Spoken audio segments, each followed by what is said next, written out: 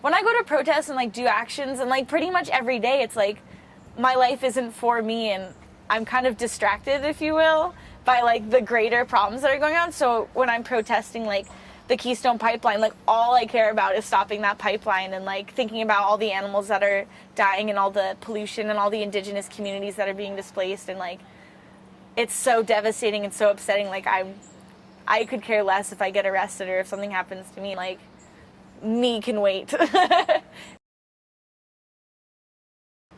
Well, when I was 15, I was going through a lot of like depression and stuff and struggling a lot with like anorexia, and I think kind of yearning for more of a purpose in life. And I saw some like slaughterhouse footage, and just seeing animals die even on a computer screen like really shook me and kind of woke me up to like that there's a lot of suffering and stuff going on in the world, and that my life isn't about me and I shouldn't, I don't know, dwell on my own sorrows. And I quickly found out about veganism, so I went vegan, stopped eating all animal products. And then I felt like that wasn't enough, because what do the companies care if I'm not supporting them anymore? Like, I need to like do some action. So I organized a protest at KFC, and I had like a big wooden board that I had found, and I got some rubber chickens and like staple gunned them to it and like put fake blood all over it. My friends were like, oh, she's serious about this. Well, right after I organized that protest, I just got involved with every animal rights group and soon got into environmental activism too in Seattle. Just because like all these social justice issues and problems are connected, so I just like kind of got into everything. I was like kind of homeless at the time in Seattle and kind of desperate for change because I was just kind of like struggling.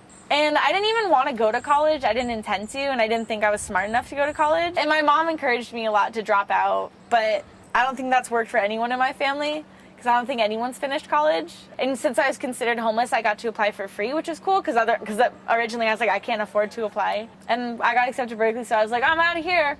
And I haven't looked back at all.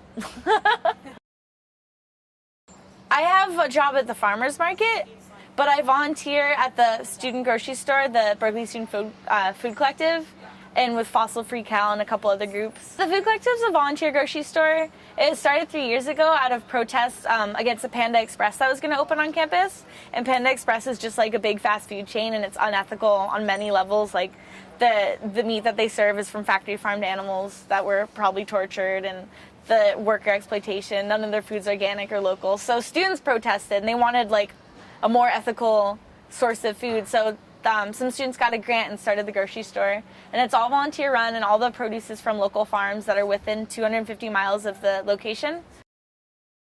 I feel like everyone around me cares, but a lot of people are kind of detached, and I always do feel like that people can always do more. Like volunteering once in a while at a soup kitchen like isn't enough, and I really think that that the world is not doing so well in this privileged area. Like, we have the time and we have the resources to like do everything we can. I don't know, I'm biased because my entire life is dedicated to trying to make the world a better place, so I feel like everyone else should too. But that's something I think about every day. Like, with this one life that I've got, what's the most effective thing I can do to like reduce suffering in the world and hopefully stop the fossil fuel industry from destroying it? Yeah, I don't have a good answer yet, but I think about it every day and I'm working on it.